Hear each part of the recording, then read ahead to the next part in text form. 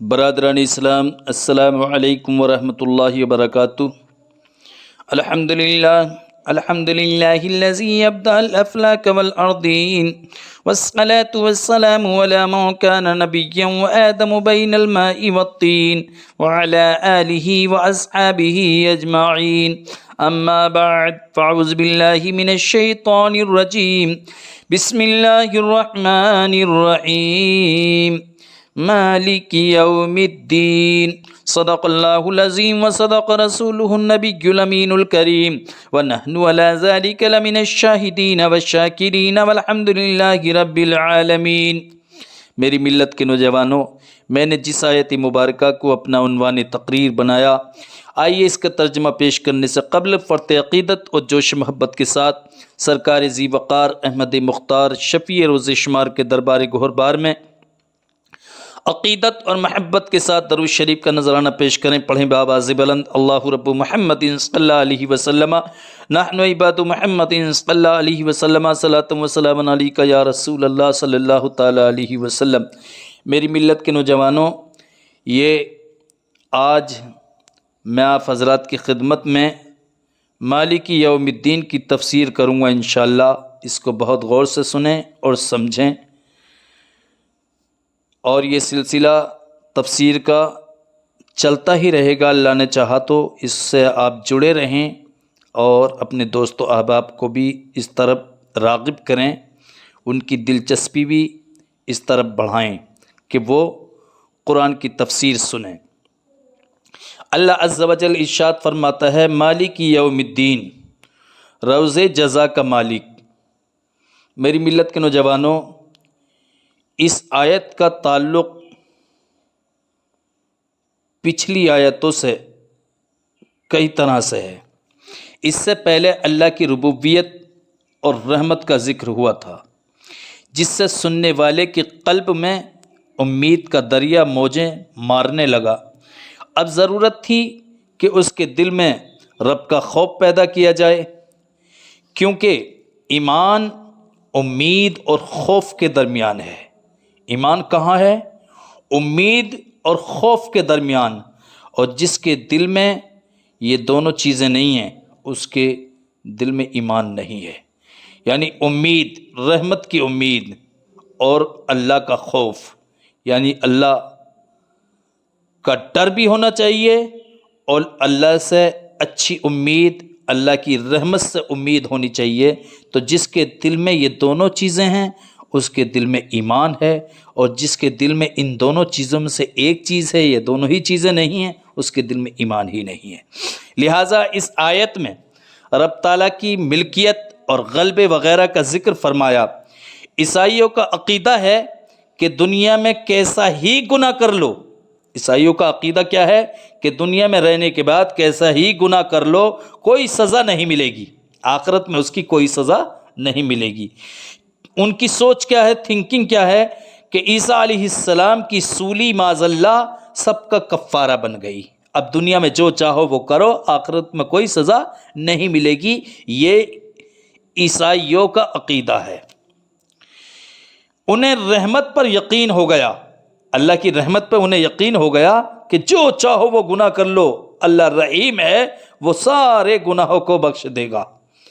غضب سے بے خوف ہو کر گناہ پر دلیر ہو گئے، لیکن وہ پروردگار عالم کے غضب سے بے خوف ہو گئے، اور جب بے خوف ہوئے تو وہ گناہ پر دلیر ہو گئے، جو چاہو وہ گناہ کرو۔ آریوں کا عقیدہ ہے کہ کسی گناہ کی کوئی معافی نہیں ہو سکتی، ان کی سوچ، ان کی تھنکنگ یہ ہے، اس کی سزا ضرور بھگتنی پڑے گی۔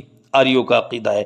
یہ رحمت سے مایوس ہوئے، اور رحمت سے جب مایوس ہوئے تو یہ بھی گناہ پر دلیر ہو گئے، کیونکہ نا امیدی بھی گناہ پر دلیر کرتی ہے۔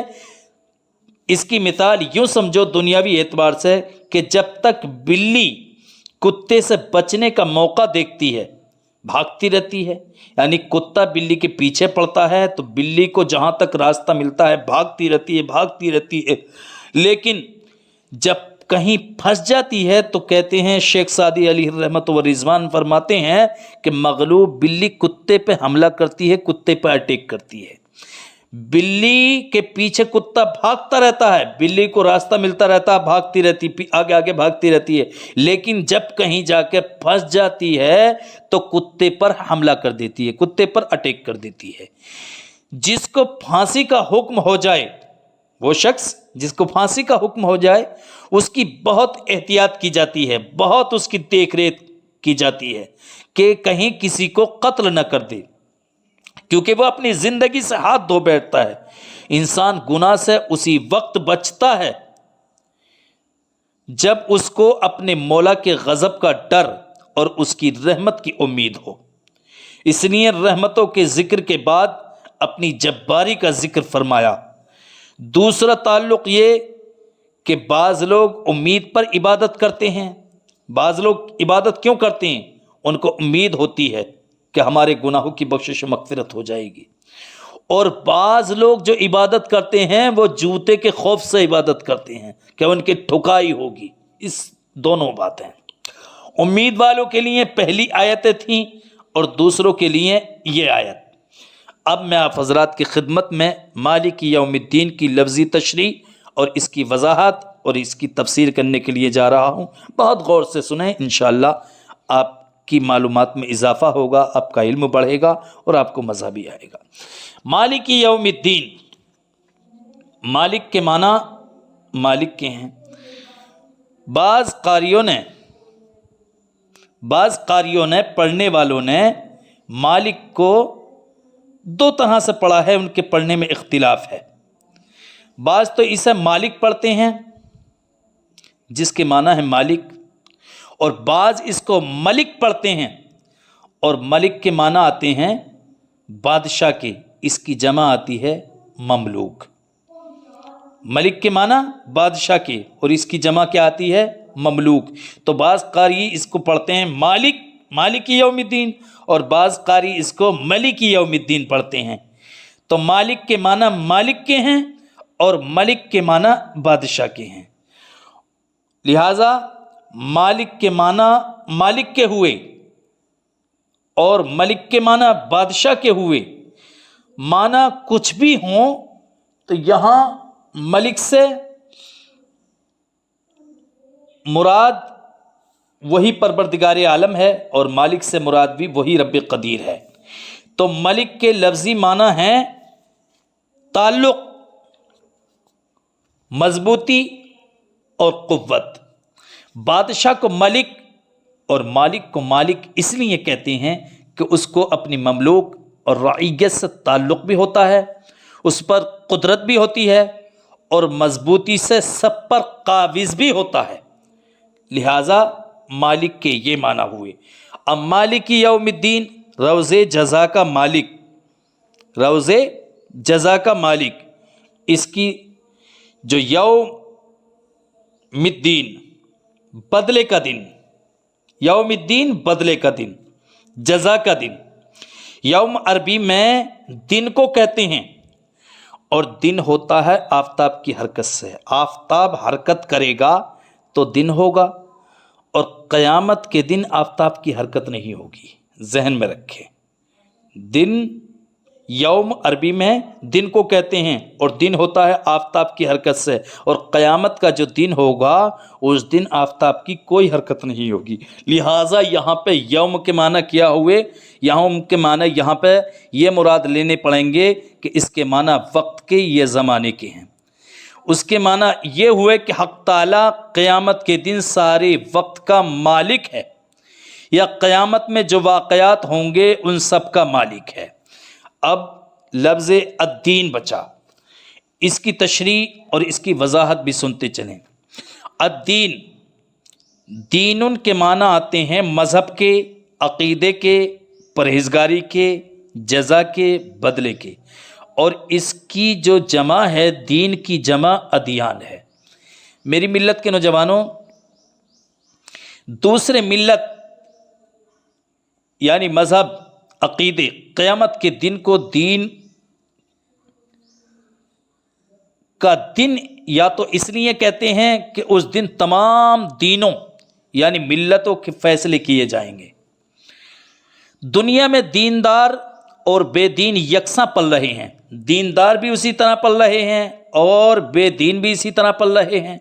بظاہر حق و باطل کا پتہ نہیں چلتا کہ کون حق پر ہے ظاہری اعتبار سے اور کون باطل پر ہے، لیکن اس دن سب پتہ چل جائے گا۔ قیامت کا جو دن ہوگا اس دن سب پتہ چل جائے گا، اور اسی کو قیامت کا دن کہتے ہیں مالک یوم الدین، روز جزا کا مالک۔ میری ملت کے نوجوانوں، پروردگار عالم نے جو قیامت کا دن قائم کیا ہے اس کی وجہ ہے، اس کا ریزن ہے، اس کا سبب ہے، آخر قیامت کا دن کیوں رکھا ہے، اس کی وجہ ہے۔ تو میں ایک حدیث قدسی آپ کو سنانے کے لیے جا رہا ہوں تاکہ آپ کے ایمان میں تازگی اور عقیدے میں نکھار ہو۔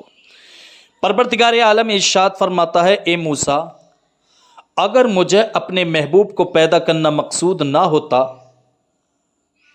تو میں جنت اور دوزخ کو پیدا نہ کرتا۔ اے موسیٰ، اگر مجھے اپنے محبوب کو پیدا کرنا مقصود نہ ہوتا تو میں لوح و قلم کو پیدا نہ کرتا۔ اے موسیٰ، اگر مجھے اپنے محبوب کو پیدا کرنا مقصود نہ ہوتا تو میں ساتوں آسمان ساتوں زمینوں کو پیدا نہ کرتا۔ اے موسیٰ، اگر مجھے اپنے محبوب کو پیدا کرنا مقصود نہ ہوتا تو یہ آسمانوں میں چاند و سورج اور ستاروں کو پیدا نہ کرتا۔ اے موسیٰ، اگر مجھے اپنے محبوب کو پیدا کرنا مقصود نہ ہوتا تو میں زمین پر سرسبز و شاداب لہلہاتی کھیتیاں اور یہ سمندر، یہ جھرنے، یہ آبشار، یہ پھل، ان تمام چیزوں کو ہرگز پیدا نہ کرتا۔ اے موسیٰ، اگر مجھے اپنے محبوب کو پیدا کرنا مقصود نہ ہوتا تو میں تمہیں بھی پیدا نہ کرتا۔ اور یہاں تک میرا رب فرماتا ہے، اے موسیٰ، اگر مجھے اپنے محبوب کو پیدا کرنا مقصود نہ ہوتا تو میں اپنا رب ہونا بھی ظاہر نہ کرتا۔ میں نے اپنا رب ہونا اس لیے ظاہر کیا ہے کہ مجھے اپنے محبوب کو پیدا کرنا ہے۔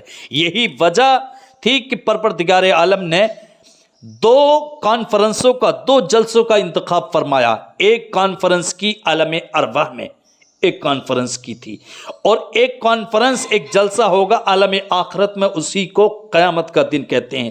امام عشق و محبت فرماتے ہیں، فقط اتنا سبب ہے، فقط اتنا سبب ہے انعقاد بزم محشر کا، فقط اتنا سبب ہے انعقاد بزم محشر کا، تمہاری شان محبوبی دکھائی جانے والی ہے، اور کوئی وجہ نہیں ہے قیامت کا دن میدان محشر قائم کرنے کا۔ اتنی وجہ ہے کہ عالم ارواح میں اپنے محبوب کی شان کو بتایا تھا، اور عالم آخرت میں قیامت کے دن اپنے محبوب کی شان کو میرا رب دکھائے گا۔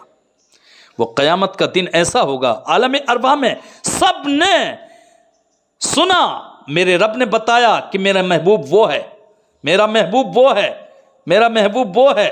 یہاں تک کہ عالم ارواح میں ایک سوال کیا تھا، ایک کوشچن کیا تھا میرے رب نے، الست بربکم، کیا میں تمہارا رب نہیں ہوں؟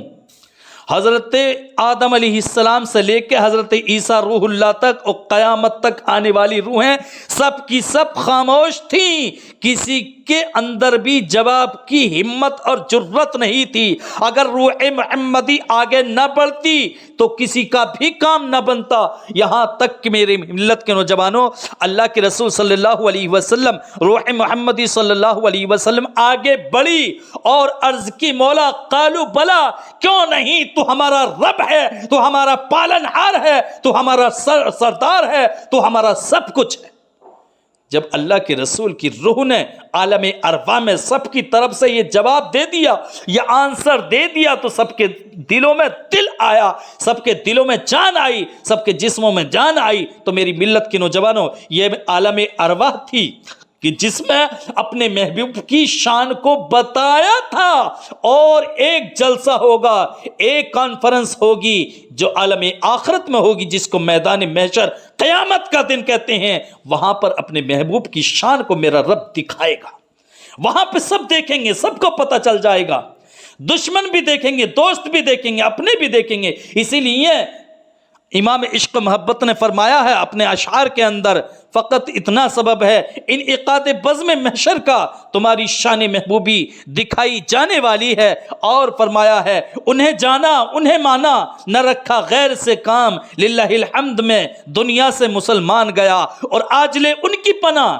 یعنی اگر آج پناہ لینا ہے تو مصطفیٰ کی پناہ لے لے، اور اگر تو کل پناہ مانگے گا قیامت کے دن تو تجھے پناہ ملنے والی نہیں، اس لیے کہ اگر تو آج مان لے گا تو کل میدان محشر میں تجھے ماننے کی ضرورت نہیں، بلکہ مصطفیٰ تجھے ڈھونڈیں گے، پیارے آقا تجھے ڈھونڈیں گے کہ دنیا میں جس نے مجھ کو مانا تھا، وہ میرا ماننے والا، وہ میرا چہیتا، وہ میرا عاشق کہاں ہے؟ انہیں جانا، انہیں مانا، نہ رکھا غیر سے کام، للہ الحمد میں دنیا سے مسلمان گیا اور آج لے ان کی پناہ، آج مدد مانگ ان سے، پھر نہ مانیں گے قیامت میں اگر مان گیا۔ اور تم پر میرے آقا کی عنایت نہ سہی، اور تم پر میرے آقا کی عنایت نہ سہی، نزدیک کلمہ پڑھانے کا بھی احسان گیا۔ تو میری ملت کے نوجوانوں، عالم آخرت میں صرف اس لیے یہ کانفرنس ہوگی میدان محشر میں کہ اپنے محبوب کی شان کو دکھانا ہے۔ یہاں مصطفیٰ سے دشمنی کرنے والے بھی دیکھ رہے ہیں، صدیقی بھی دیکھ رہے ہیں، اور مصطفیٰ کے عاشق بھی دیکھ رہے ہیں، ابو جہلی بھی دیکھ رہے ہیں۔ میری ملت کے نوجوانوں، یہاں مصطفیٰ کے عاشق دیکھ رہے ہیں کہ کس سے محبت کی تھی کہ آج اسی کا ڈنکا بج رہا ہے، اور مصطفیٰ کے دشمن بھی دیکھ رہے ہیں کہ کس سے دشمنی مول لی تھی کہ آج تو ہمارا بیڑا ہی غرق ہو گیا، آج ہمارا پرسان حال کون ہوگا؟ میری ملت کے نوجوانوں، تمام امت مسلمہ، سب کے سب لوگ پریشان ہوں گے، اور پریشان ہونے کے بعد میں میری ملت کے نوجوانوں، جب کوئی کسی کا پرسان حال نہیں ہوگا، ایک دوسرے سے مشورہ کریں گے، میدان محشر قائم ہوگا، اور مشورہ کرنے کے بعد حضرت آدم علیہ السلام کے پاس جائیں گے، اور جانے کے بعد کہیں گے کہ آپ ہمارے باپ ہیں، آپ ہمارے والد محترم ہیں، ہمارا فیصلہ کرائیے، ہمارا فیصلہ کرائیے، جنت ملے یا دوزخ ملے۔ حضرت آدم علیہ السلام کہیں گے کہ جاؤ تم کسی دوسرے کے پاس جاؤ، کہیں گے اور نبی اذهبوا الی غیری، میرے نبی کے لبوں پر انا لہا ہوگا۔ میری ملت کے نوجوانوں، یہاں تک کہ حضرت ادریس علیہ السلام، حضرت موسیٰ علیہ السلام، یا کے بعد دیگر سب کے پاس جانے کے لیے کہا جائے گا، ایک دوسرے سب کے پاس جانے کے لیے کہیں گے۔ آخر حضرت عیسیٰ علیہ السلام کے پاس جانے کے لیے جب کہا جائے گا، حضرت عیسیٰ علیہ السلام پتا دیں گے کہ آج اگر کسی کی چلے گی تو وہ مصطفیٰ جان رحمت کی چلے گی، جاؤ وہیں پہ چلے جاؤ، تمہارا کام بن جائے گا۔ جب سب کے سب لوگ مل کے وہاں جائیں گے، آقا کی بارگاہ میں جائیں گے، تو میری ملت کے نوجوانوں، امام عشق و محبت فرماتے ہیں کہ اس وقت آقا فرمائیں گے انا لہا انا لہا انا لہا، میرے آقا فرما رہے ہوں گے ہاں میں آج تمہارا فیصلہ کرانے کے لیے تیار ہوں، تمہیں جنت میں بھجوانے کے لیے تیار ہوں، میں تمہارے لیے ہوں، میں تمہارے لیے ہوں۔ میری ملت کے نوجوانوں، اللہ اکبر، اس نبی پر قربان جائیے کہ جس نبی کو ایسا بنا کر، پاورفل بنا کر، مصطفیٰ کو پاورفل بنا کر رب نے بھیجا ہے کہ وہ پیدا ہوا تو اس امت کی فکر ہے، معراج کی رات اپنے رب کی ملاقات کے لیے گیا تو امت کی فکر ہے، اور جب میدان محشر قائم ہوگا تو امت کی فکر ہے، بلصراط کی آیت اتری تو امت کی فکر ہے۔ لیکن اس امت کی پوزیشن یہ ہے، کچھ مانتے ہیں کچھ مانتے ہی نہیں، اور کچھ مانتے ہیں تو اس طرح مانتے ہیں کہ جیسا نہ ماننے کے برابر ہے۔ میری ملت کے نوجوانوں، میدان محشر میں مصطفیٰ فرمائیں گے انا لہا، میں تمہارے لیے ہوں، یہاں تک کہ میری ملت کے نوجوانوں سب دیکھ رہے ہوں گے کہ آج تو ڈنکا بج رہا ہے مصطفیٰ جان رحمت کا، آج تو سکہ چل رہا ہے مصطفیٰ جان رحمت کا۔ تو میری ملت کے نوجوانوں، یہ میدان محشر کا جو دن ہوگا صرف اس لیے ہوگا کہ اپنے محبوب کی شان کو دکھانا ہے یہاں پر کہ آؤ، جس محبوب کی میں نے تمہیں دعوت دی تھی کہ میرے محبوب کو مانو، میرے محبوب کو ایسا مانو کہ جس سے زیادہ تم کسی کو نہ مانو۔ میری ملت کے نوجوانوں، اور تم نے مانا ہی نہیں، آؤ دیکھو میرے محبوب کی شان کیا ہے، فقط اتنا سبب ہے انعقاد بزم محشر کا، تمہاری شان محبوبی دکھائی جانے والی ہے۔ تو میری ملت کے نوجوانوں، یہی ہے قیامت کا دن، مالک یوم الدین، روز جزا کا مالک، قیامت کے دن کا مالک، میدان محشر کا مالک یہ پروردگار عالم ہے۔ اسی پہ میں اپنی تقریر ختم کرتا ہوں۔ اس کی یہ تفسیر تھی، مالک یوم الدین، روز جزا کا مالک۔ اور میری ملت کے نوجوانوں، اسی طرح ہماری اس تفسیر سے آپ جڑے رہیے، اور اسی طرح کی آپ کو معلومات ملتی رہے گی، آپ کے علم میں اضافہ ہوتا رہے گا۔ اسی پہ میں اپنی تقریر ختم کرتا ہوں۔ استغفر اللہ ربی من کل ذنب و اتوب الیہ وما علینا الا البلاغ المبین۔ السلام علیکم۔